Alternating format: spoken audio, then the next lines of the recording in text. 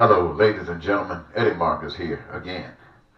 This is what we call in Woodbury Woodbury Day, and it's a day where we celebrate Woodbury.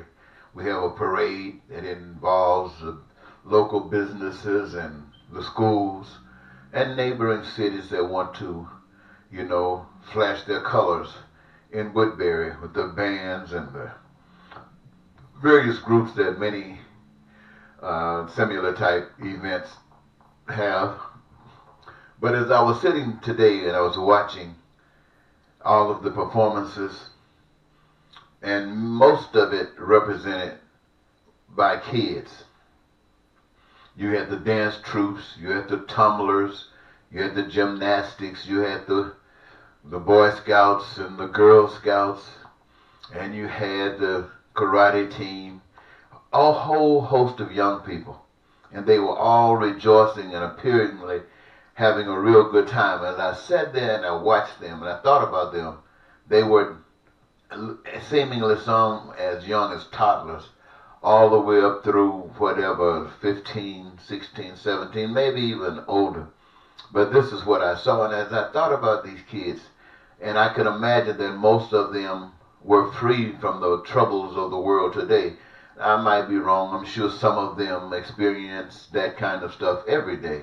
But for the most part, just as I could view that crowd, it would appear as if everybody was above the suffering. And I'm thinking that how wonderful it must be to be in a position like that. And at the same time, knowing that children who are in a position like that in the most part, think that they are entitled, not knowing that there are so many other kids that would and have never had the type of comfort that perhaps these kids are having. And yet, when I think about all of them out there, I know that the one thing that is on every last one of their minds, perhaps not at the very moment, but at some time during the day or the week or the month, these thoughts cross their mind. The thought of being able to be an adult and having the assurance that food and clothing and shelter would always be there. Knowing that to better themselves and to become more productive, it might require some additional education, and that door would be open for them to become the best at whatever it is that they've been given to do. And also that if sickness occurred, now nobody wants to get sick, no one wants to go through any of that. But if it did occur, that benefit, that access would be available to every last one of them. I'm sure that all of these kids out there would have this in the low back of their minds. But the thing that probably would reign number one on the top of their minds is the kind of career they would have as adults. What is it that they would do? What is it that would be their life's work? I'm sure many of them, depending upon their age, have given that some thought. Even perhaps the youngest of them, when the games that they play the role of that which they'd like to become. And that being the case, you would imagine that each and every last one of them would love to be able to really go into that career choice that they've made. And that they give their best to be the best that they can be. Now, seeing that like that, this can be considered, these are children speaking to adults in just the reflection that I was able to pick up. And I'm thinking about all of us at one point in time in our lives thought just like that. Now, there have been other things that have happened in our lives that take us away. But let's just go back to these kids. I would suppose to all of you that this is the best that it could be anywhere in the world. That kind of liberty, that kind of freedom, that kind of outlook. Then so I would have to say that in an environment like this that we live in today, that would be sort of like divine. And that being the case, it appears to me that that could be a model for not just Woodbury or for the state of Minnesota or for this nation, but at least for this nation. A model to pursue, to follow, to bring that kind of peace and admiration for life. And so, that being my mindset, I'd like to invite all of the elders, all of the pastors, people who have access on a spiritual level with other folks. I'd like to invite you to, if there are those amongst you. Now, I'm not naive enough to think that everybody that goes to church is led by the Spirit of God. In fact, if there are any in your congregation that's led by the Spirit of God, it's only 2 or 3. Now, I don't care how small your church congregation is. I don't care how large it is. If there are any amongst you that really have a connection with the Spirit of the living God, it's only 1 or 2 amongst you. So I'm asking that you would, if at all possible, exercise whatever avenues might be open to you to reach these particular people, to let them know that a charge is here.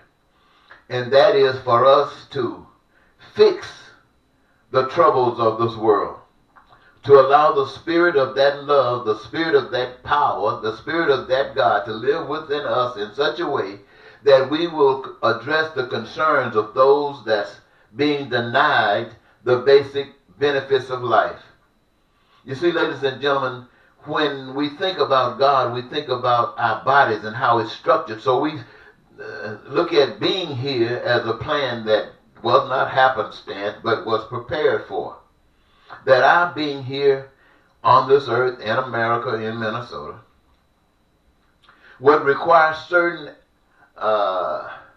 ingredients, for choice of a different kind of word, that would allow us to survive, that would allow us to be here. We didn't just stop here and left out here like some people are. But it was planned that those resources that would be necessary for that continued survival would be made here wherever it's supposed to be, whether it's in the earth or on the earth or above the earth, whether it's seen or unseen. It would be stashed, for a word that we can all identify with, here, so that humankind, from the beginning throughout all time, would have accessible those resources. And that we would be able to recognize that, to extract and use that for the purposes for which they were designed. Each of us have been given a glimpse of something that we would love to do. And that glimpse is connected, interconnected with all that can be done, which in effect allows each of us to engage ourselves, because we benefit, all of us benefit from this. And so we engage ourselves in the creative process of meeting all of these needs and wants and desires that would bring us peace and prosperity and freedom and joy and the fulfillment of our dreams. This, my friends, this, my brothers and sisters of the hierarchy of the ministry, those are the concepts of reaching out to the dark world, to be a love letter, to be the salt of the earth, to be a light unto that darkness where the pain and suffering exist. And that we cannot allow anything to try to suck us back over there, just to survive that, to suck us back out of the light, to suck us back in the darkness. No, we cannot allow that to happen. And if we are not doing anything but allowing it to happen, then we are in effect facilitating that. And that is not the God that I represent. So I'm challenging all of you, the churches, you mega churches, you small churches. I'm challenging all of you preachers and all of you pastors and all of you members who are sanctified. I'm not talking about the one that's just saying that, that's filled with fire. I'm not talking about those who are just saying that, because you can't do anything. You can't do anything. You can't even pretend. I'm talking about those that are real. The darkness is calling us. And we can see the darkness more now than we perhaps have ever been able to see it in our lifetime. If we ever had questions about it, there's no question now. And people are choosing sides. And the sides that they're choosing from are referred to as the lesser of the unfit, the lesser of the evil. Nothing choosing goodness, nothing choosing righteousness, nothing choosing God. They're choosing the lesser of the evils with an intent to empower that evil. As if you empower it, you're going to have a big old not so evil. Now that's laughable. But what I'm saying, you who have this connection with these people, let us come together. I've been given to ask you that, to challenge you with that. Let us come together. And I realize also that the way we've been brought up, even in this thing about God, our differences in opinion about this and that are as broad as the sand of the beach. And every last one of us think that we're right. Every last one of us think that we're right. But I ask you this, to think on this. In your thinking, do you come out a winner? Now, in your thinking, can you imagine anyone that would not like to come out a winner? Now, in your thinking, can everybody come out a winner? Can everybody come out a winner?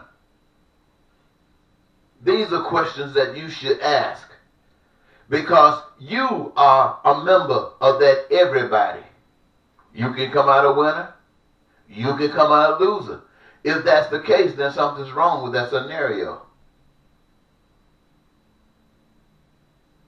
The charge is to come out a winner. You've escaped the darkness. Shine the light so others can come out. Excuse me. Shine the light so that others can come out. Now, let me just say this. I might be, in all of these years that I have tried to speak out for the things that I speak out about, I don't think there's anybody who has been just ignored as I have been ignored. I don't think there's anybody who you would think would have a love connection with me that doesn't. In fact, when I really look at it, I think that my position about life has made me one of the most resentful people around. In other words, sometimes I have to think I can't believe that anybody likes me.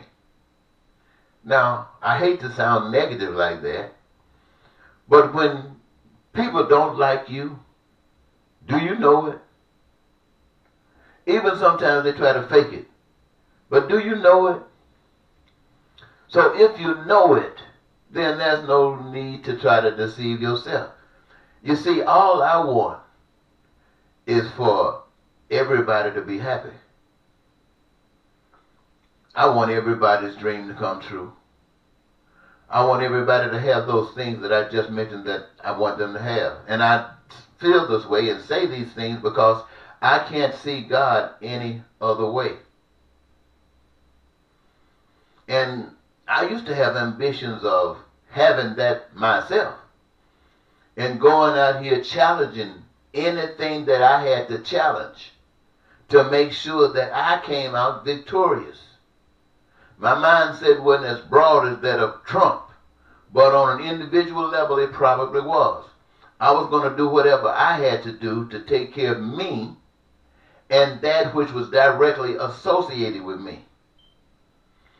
But something happened that I saw that kind of attitude and that kind of response to life as being life's biggest problem. And when I started looking for the solution, I had to attack life's biggest problem, which is, if you didn't get it, selfishness. Me, mine, instead of God, us, ours, we. Now, these are some strange words for many people when you start talking about a society. When you hear somebody say in the political arena, they're moving too far to the left. What does that mean? Does that mean the fact, let me say this again, that everybody can have a job? That everybody got, because of everybody having a job, everybody got abundance of health care? Because everybody got a job, everybody got an abundance of education? Because everybody got a career of their own choosing, they got an abundance of food and clothing and shelter? Is that what they mean when they say you're going too far to the left? Even when you consider that the measure of transportation that you've dreamed about can be made manifest and the people, all of you, can benefit from it? Even to going to the moon and all of the other things that we can imagine that we are doing today? Is that what you mean when you say we're going too far to the left? Well, if we're going too far to the left and you want us to step back to the center, how many of us does that mean would have to be denied those things that they had on the left?